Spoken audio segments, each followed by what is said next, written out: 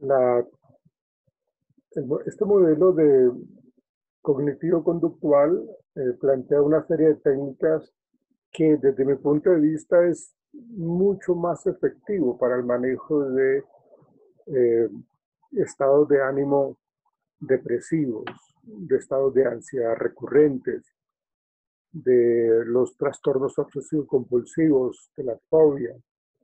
Entonces vamos a mirar algunos, los que se utilizan con mayor frecuencia, como la terapia racional emotiva y la técnica de detención del pensamiento, que seguramente ustedes han escuchado. Entonces vamos a hablar al respecto. Eh, Voy a mostrarles, espero que tengo que salir de acá, un momentico, por favor. Buenos días. Hola, buenos días. Permítanme, por favor.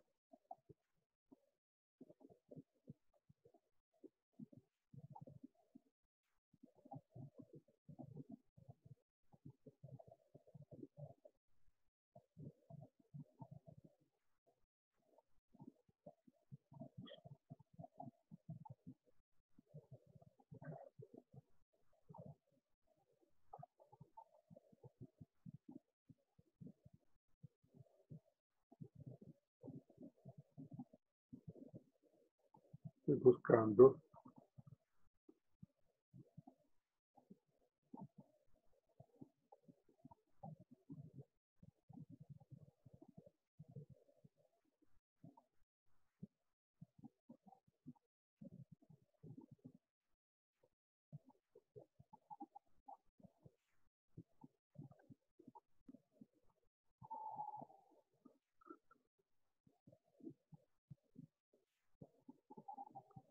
Buscando en el escritorio unos cuestionarios que son muy utilizados. Permítanme, ya los busco nuevamente. Los tenía acá a la mano, pero se me respondieron.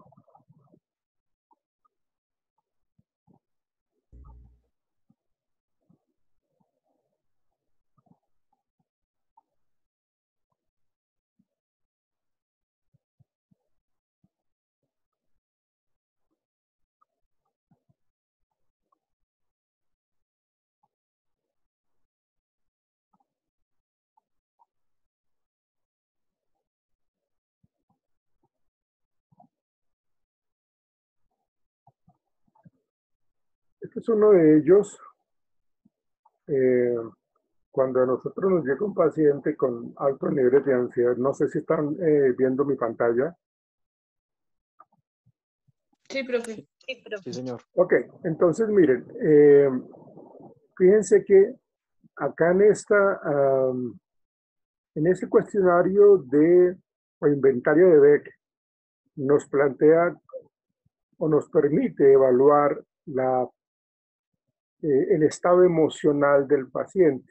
¿Sí? Ustedes acuérdense de que cuando se habla de la terapia racional emotiva, cuando se habla de la detención del pensamiento, es porque precisamente los pensamientos están generando una influencia muy fuerte en, en nuestra vida. Y en este caso, los pacientes tienen una gran cantidad de ideas irracionales, que ya las vamos a ver ahorita también. Tienen unas ideas irracionales que lógicamente los limitan o les quitan la tranquilidad en un alto porcentaje. Entonces acá eh, hay oraciones como ha fracasado más que la mayoría de las personas, al mirar atrás lo único que veo es un fracaso tras otro. Entonces fíjense de que se le pide a la persona que responda, pues lógicamente de una manera muy honesta y objetiva a cada uno de estos ítems. Me siento culpable en bastantes ocasiones, me siento culpable constantemente, no me siento especialmente culpable, me siento culpable la mayoría de las veces. Entonces acá lo que hacemos nosotros es que la persona escoja una de ellas para poder ayudar en el diagnóstico y en el proceso terapéutico para trabajar ya en sesión lo que es la reestructuración cognitiva. Fíjense que todo esto, yo pensaría que esto sería en la segunda o máximo tercera sesión, luego de obtener en la primera sesión los datos más relevantes, y luego aplicamos esta prueba. A veces uno lo que hace es entregarle este cuestionario para que se lo lleve o se lo envía uno al correo para que cuando tenga la sesión con uno ya lo tenga resuelto. ¿Sí? Hay personas, hay otros terapeutas que lo prefieren hacer ahí en el consultorio y con él vamos respondiendo a cada una de estas preguntas. Ese sería uno que tiene que ver con el inventario de Beck, de las distorsiones cognitivas.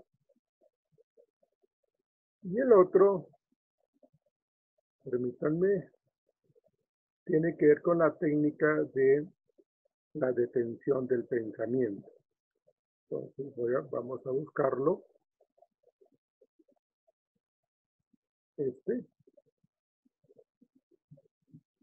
Después de que yo ya ubiqué cuáles son esa serie de pensamientos irracionales, distorsionados, esas creencias irracionales que tiene el paciente, entonces vengo a aplicarle el inventario de detención del pensamiento. Al paciente se le tiene que decir, mire, los pensamientos que usted está llevando a cabo todos los días, que usted está presentando todos los días, son muy fuertes y se presentan con muchísima frecuencia. Entonces, necesitamos trabajar sobre ellos. Entonces, acá estamos viendo nosotros este cuestionario de detención del pensamiento. Acá tenemos que jerarquizarlos también, ¿no?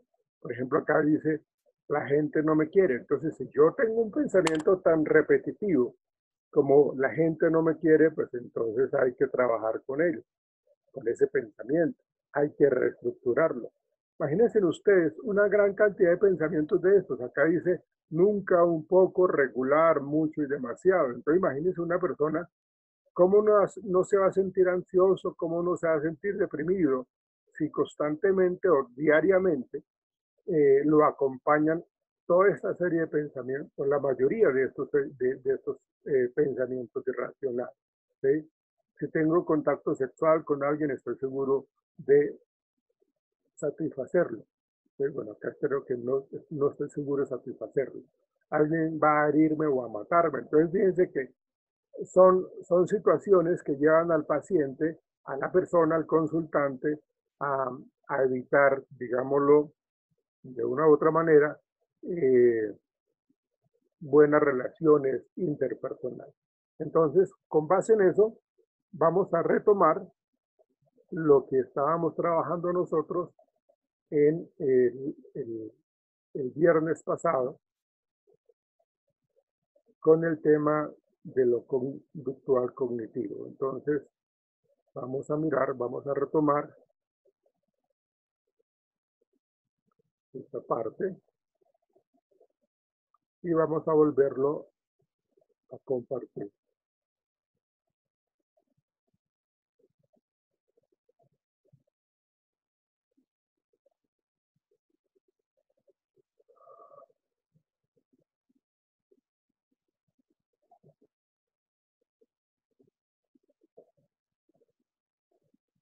Perdón.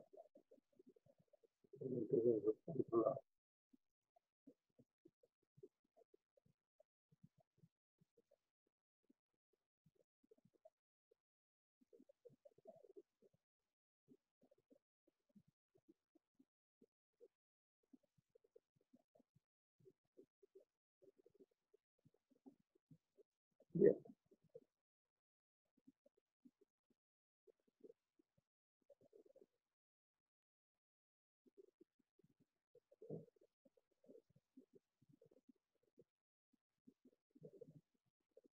Bueno, esto ya lo habíamos visto. Están siguiendo mi pantalla, ¿verdad? Sí, señor. Gracias. Esto es lo de los programas de refuerzo, que ya lo habíamos mencionado.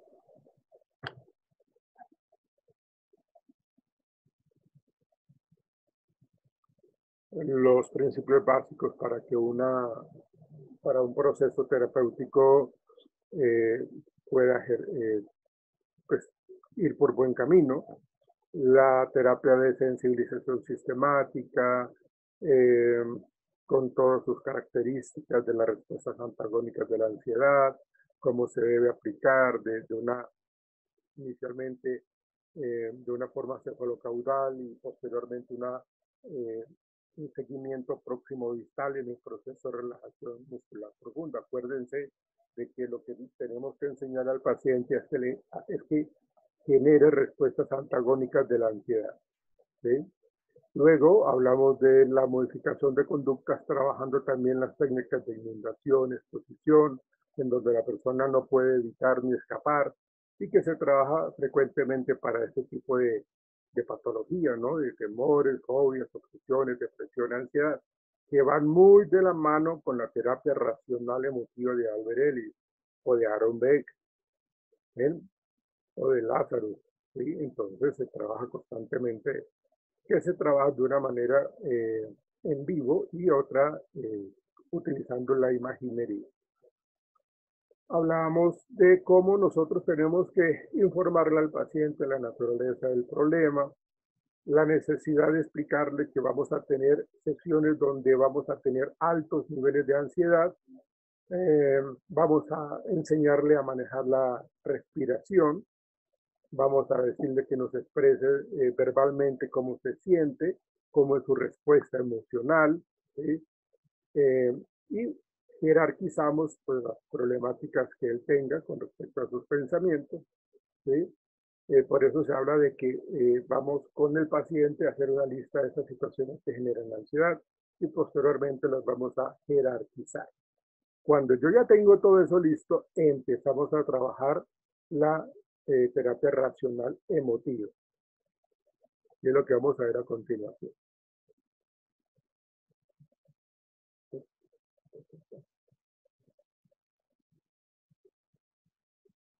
Perdón.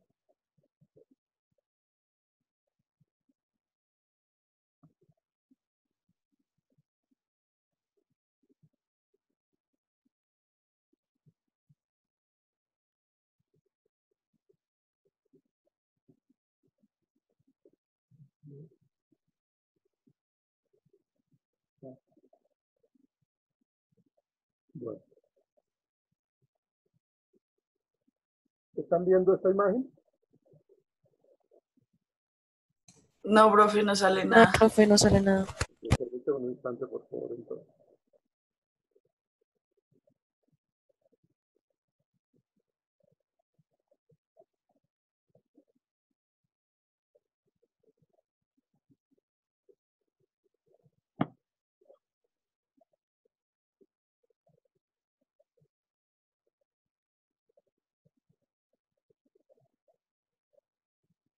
¿Ahora sí? Sí, profe. Ok, gracias. Entonces, ya centrándonos un poco en lo que es la terapia racional emotiva de Ellis,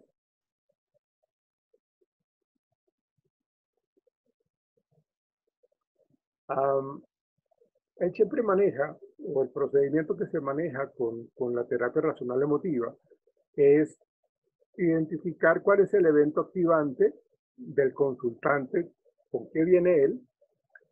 Por ejemplo, acá nos da una idea de que reprobé un examen. O sea, esa es una situación cualquiera, ¿sí? Reprobé un examen, ese es el evento activante.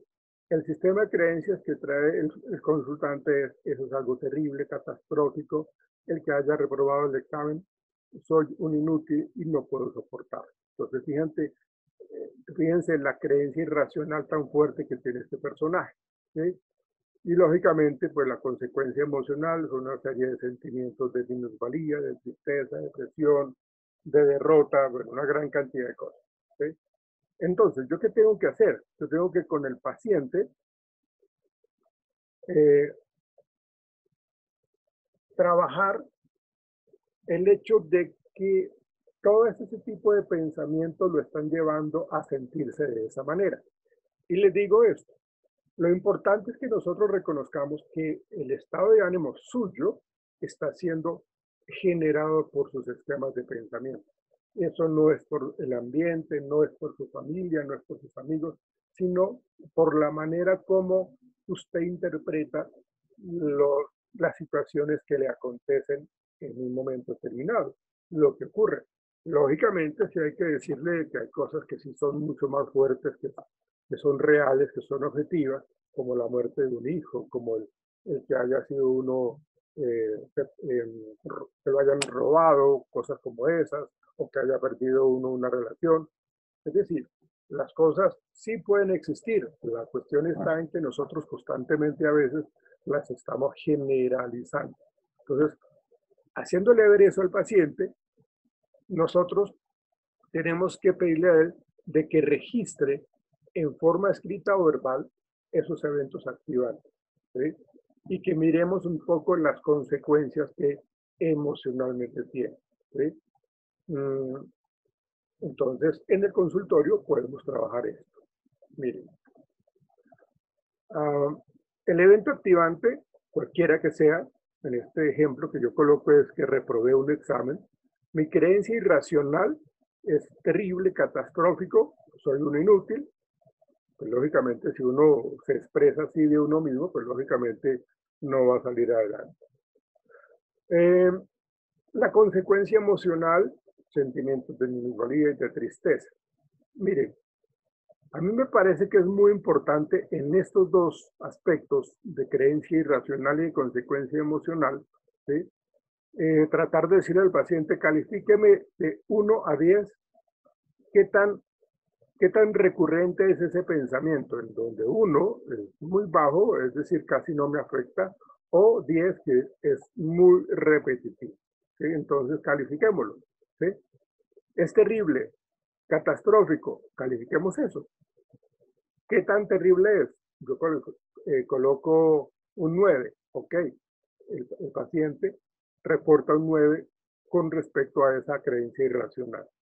Posteriormente se le dice que después de que ha calificado cuantitativamente esto, vamos a mirar cuál también, de una manera cuantitativa, qué tanto él está sintiendo depresión, qué tanto él está calificando la tristeza, el miedo, la ansiedad, la ira, ¿sí?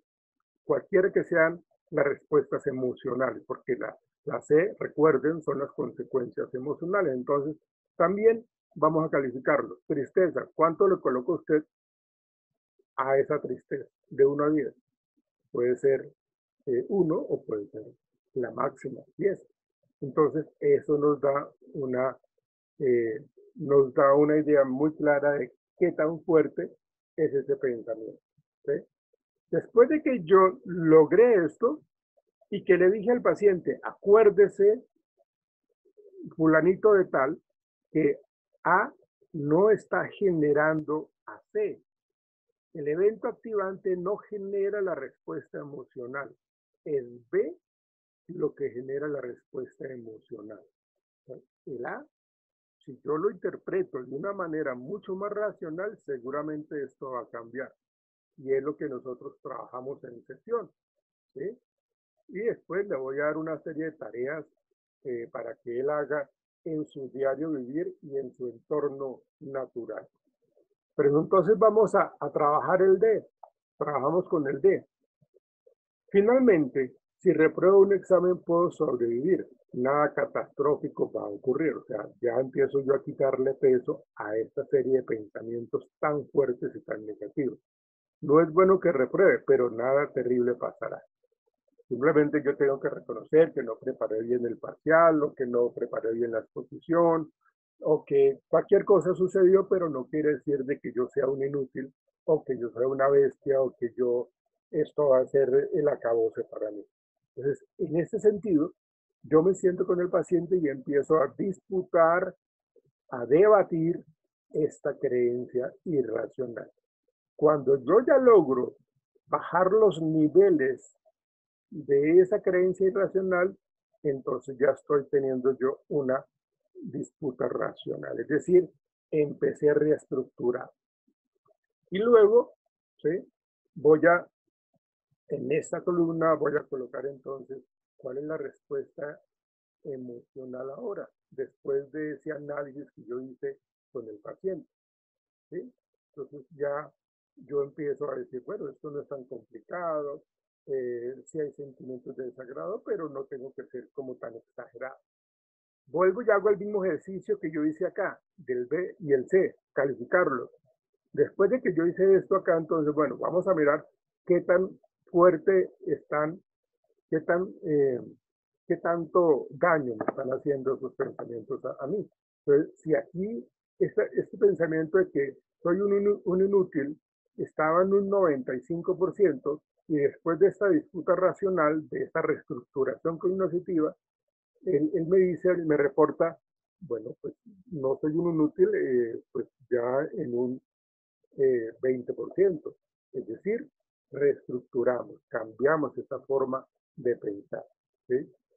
Y recuerden que en la terapia cognitivo-conductual lo que se trabaja es mucho con la asignación de actividades en contextos naturales del paciente.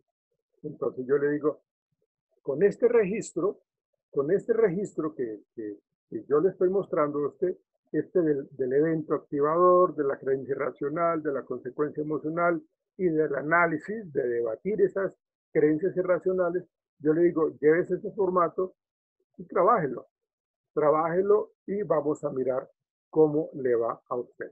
¿Sí? En ese sentido, ¿sí?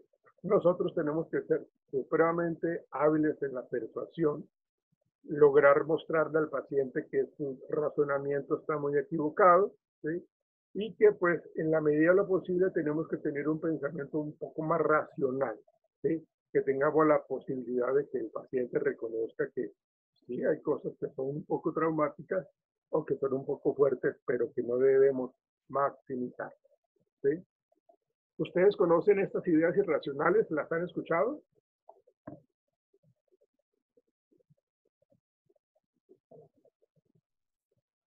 ¿Están ahí, Pues muchachos? puede ser muchas, ¿no, profe? Una idea irracional puede ser desde los celos en adelante. ¿Ustedes conocen estas ideas irracionales? ¿Las han escuchado? ¿Las han oído? ¿Se las han No, escuchado? señor. Bueno, No, vamos señor. a hablar de como unas 10 o 11 ideas irracionales, ¿sí? Que es lo que frecuentemente el paciente o el consultante me llega al consultorio diciéndome eso.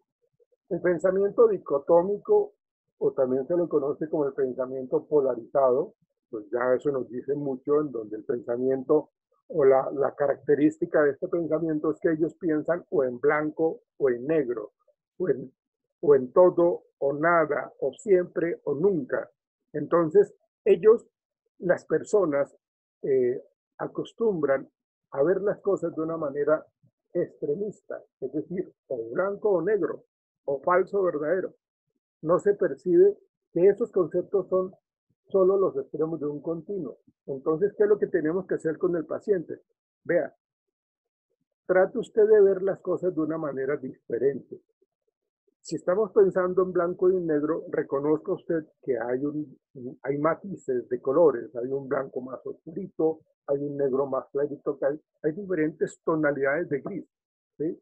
¿Qué es lo que quiere decir esto? De que si yo me equivoqué, no quiere decir entonces de que aquí en adelante yo me voy a seguir equivocando. De que si yo no tuve éxito con una mujer, entonces no quiere decir tampoco de que a mí todas las mujeres me van a rechazar, porque es que las palabras son esas, o todo o nada, o siempre o nunca. ¿Ven? Por eso se habla de que es un pensamiento dicotómico, o sea, o tengo éxito o soy un fracasado totalmente. O sea, para estas personas no hay aguas tibias, ¿sí? Y estas personas sufren mucho, porque lógicamente, fíjense los ejemplos que aparecen allí, de que esto es cuestión de vida o muerte, o me quiere o me odia. Entonces, cuando la persona viene con esos pensamientos tan marcados, tan negativos, pues imagínense cómo no se va a sentir mal, ¿sí? Son personas que están acostumbradas a que todo les salga absolutamente muy bien. Y esto está muy relacionado con los tratamientos en pacientes con TOC. ¿Ven? La sobregeneralización, ver un simple suceso negativo como un modelo de derrota o de frustración que nunca acabará. Nadie me toma en serio. O, tras este fracaso, sé que jamás me irá bien con otros hombres. ¿Sí? Fíjense que está muy relacionado con el anterior, por eso están así continuos, porque por un evento particular yo lo estoy sobre generalizando. ¿Sí? Si yo salgo para el trabajo y resulta que me tropecé y me caí antes de llegar al trabajo, entonces yo digo, si esto es así comenzando el día, entonces ¿cómo será el resto del día? Sobre generalizo, ¿ven? Entonces yo asumo de que por un simple suceso pequeño, negativo, yo puedo estar asumiendo de que va a haber una frustración más adelante o que esta situación va a estar supremamente marcada por lo negativo. La sobregeneralización. El siguiente es la abstracción selectiva. Poner la atención en una situación solo en un detalle concreto. Este también se conoce como el pensamiento de filtraje. Este pensamiento de filtraje se les voy a dar con un ejemplo. Entonces yo estoy en clase exponiendo y pues manejé muy bien el tema, el profesor me felicitó y lo único que me dijo fue, para la próxima ocasión trata de hablar un poco más duro, pero lo manejaste muy bien el tema, ¿sí? Las diapositivas estuvieron muy claras, pero te recomiendo que para la próxima ocasión hables un poco más duro. Entonces yo me centro, como es un pensamiento de filtraje o de abstracción selectiva, me quedo únicamente con lo negativo. El profesor me dijo que hable un poco más duro porque es que creo yo que me quiso decir de que no me entendió nada. Quiso decir de que estuve constantemente hablando y nadie me entendió. ¿Sí? Entonces, por eso dice que es poner la atención en una situación solo en un detalle concreto, sacando de su contexto o ignorando otros hechos más importantes correspondientes a la misma situación. ¿Sí? Entonces, aquí lo que hace la gente es minimizar lo que le felicitaron y maximizar lo que le llamaron la atención o la recomendación que le dieron. ¿Sí? Entonces, vemos estos tres pensamientos que son muy repetitivos en la gente, pensamientos dicotómicos o polarizados, o la sobregeneralización y la de el pensamiento de filtraje o de abstracción selectiva. Descalificación de las experiencias positivas, una persona recibe un elogio y piensa, solo quiere quedar bien y nada más. O sea, pareciera ser que yo no tengo derecho a que me elogien, yo no tengo derecho a que me digan las cosas bien. Eso lo está haciendo por puro interés. ¿Quién sabe qué favor me va a pedir? Entonces, considero de que descalifico las experiencias agradables que yo pueda tener en un día, en una mañana, en una tarde, en una semana. Entonces, no las valoro.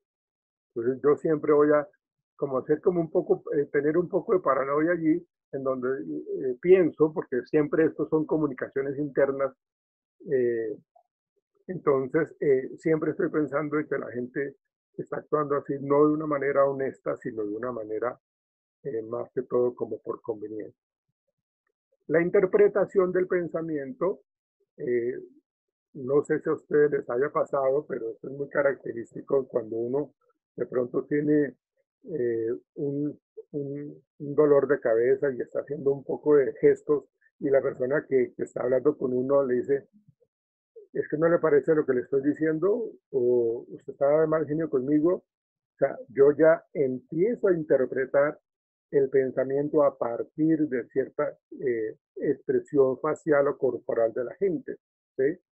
Pero yo no me pongo a pensar qué es lo que de pronto pueda estar sintiendo, sino que una vez le estoy diciendo otras cosas porque estoy interpretando el pensamiento. O sea, pareciera que entonces yo fuese adivino, yo como paciente que tiene este pensamiento, de que estoy adivinando que esa persona está en contra mío, interpretando el pensamiento. O el otro, dentro de esta misma línea, es el error de adivinar el futuro. ¿Sí? Entonces, aquí vemos también cómo nosotros empezamos a tener una idea de que si esto está pasando, seguramente de aquí en adelante no voy a tener ningún tipo de éxito. ¿Sí? La magnificación o minimización tiene que ver en doble sentido, es decir, de que yo magnifico o minimizo lo mío o también magnifico o minimizo lo que hacen los demás, ¿sí? Por eso dice allí, Juan se habrá confundido al cometer ese error, pero en el fondo entiendo que era complicado. Mi error no tiene excusa. Es decir, o sea, si yo me equivoqué, caramba, o sea, esto es vuelve la interpretación de que esto es lo peor que me puede haber pasado. O sea, yo magnifico las cosas, ¿sí? O estoy sintiendo de que esa persona no debió equivocarse, ¿sí? Esa persona tiene que ser siempre, siempre tiene que actuar al 100% positivo. Entonces, pues lógicamente eso es lo que está sucediendo, ¿sí? Eh, no reconozco que las otras personas también se puedan equivocar y minimizo eso, pero sí me estoy dando muy duro a mí mismo. Sí le estoy diciendo, eh, diciéndome a mí mismo de que esto no tiene perdón de Dios. Estas cosas yo no las puedo permitir. ¿Ven? Entonces ahí estoy magnificando lo mío y minimizando lo que pueden estar haciendo los demás. Razonamiento emocional.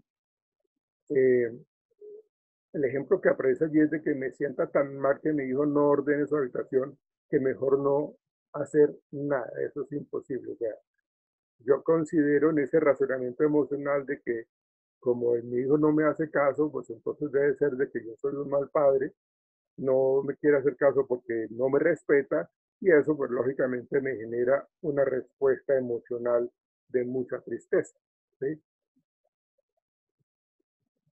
Y aquí hay otros 4 ejemplos de los pensamientos o las ideas irracionales, ¿sí? Debería, eh, esto se utiliza mucho o lo tienen muy de moda, digámoslo así, en las terapias de pareja. O sea, cuando llegan a consulta, los integrantes de la pareja utilizan mucho este debería. Es que él debería actuar de una manera cariñosa, ella debería estar pendiente de mí, ¿sí? O sea, son como mandatos, son como situaciones que tendrían que ser. ¿Cómo así que no está pendiente de mí? Es que ella debería, ¿ven? Entonces, por eso dice que intentar mejorarse a sí mismo con debería, tendría que, debo hacerlo mejor, debo tener una buena razón para decir no. La consecuencia emocional de estos pensamientos es la culpa, la ira y el resentimiento. Eh, entonces, lo que uno trabaja acá es, bueno, pues miremos un poco, salud, miremos un poco ese debería, ¿por qué lo podríamos cambiar? Creo yo que es más favorable para una persona decirle, eh, me gustaría mucho que estuvieras más atento a los favores que yo te pido, ¿sí? En vez de decir, es que usted debería estar atento a lo que yo le digo. Me parece que tiene un componente mucho más suave, un componente mucho más favorable cuando yo utilizo el término o la frase me gustaría, ¿sí? Que debe, que en vez de decir debería, ¿sí? El ejemplo que dice allí, no debería ser tan pastosa con mi familia, debería hablar más con ellos, o siempre llego tarde al trabajo, debería ser más puntual, ¿sí? Entonces ahí vemos nosotros cómo se utiliza el debería hacia los demás, incluyéndome también a mí en esa autocalificación negativa. La etiquetación es una sobregeneralización mayor. Cuando se equivoca se dice, soy una persona muy estúpida. Vuelvo a referirme a cuando yo hago algo inadecuado, pues entonces como que no me empiezo yo a rotular, a autoetiquetarme. O también empezamos a etiquetar a los demás, ¿sí? Si yo salgo con una persona, no sé, una reunión social y esa persona pues toma demasiado, entonces a partir de esa situación yo lo etiqueto y dejo de compartir con esa persona, porque yo lo rotulo también. Entonces estoy etiquetándome a mí, teniendo esa autoetiqueta, o estoy etiquetando también a otras personas. O sea, O inclusive también cuando las personas me dicen, venga, tenga cuidado cuando salga con fulanito de tal o fulanita de tal, que ella es como, o él es como bastante manipulador. Entonces ya cuando me están diciendo eso, yo estoy generando unos juicios de valor a priori y empiezo también yo a etiquetar. ¿Sí?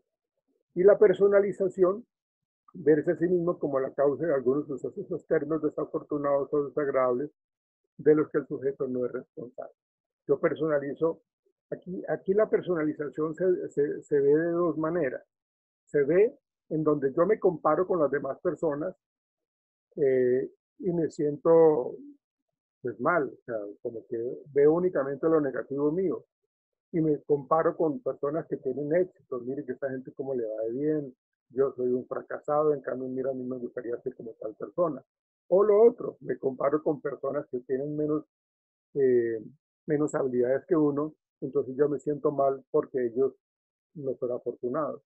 Entonces ahí estamos viendo la personalización. Y por último, la visión catastrófica. Como su nombre lo indica, las personas acompañan esta visión catastrófica con la frase ¿y qué tal qué?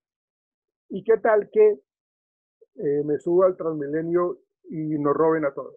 ¿Y qué tal que yo coja ese avión y explote en el aire? ¿Y qué tal que? ¿Y qué tal que? Tiene una visión catastrófica, ¿sí? Hay que recordar que sí, hay situaciones que de pronto uno vive, pero no hay que generalizarla y hay que bajarla un poco, teniendo en cuenta pues toda esta serie de pensamientos irracionales. Ya en cuestión de segundos nos va a retirar la plataforma, nos volvemos a conectar en 35 segundos más o menos para que continuemos. Y quiero que por favor ustedes me hagan preguntas con respecto a esto que estamos conversando de las etiquetas globales,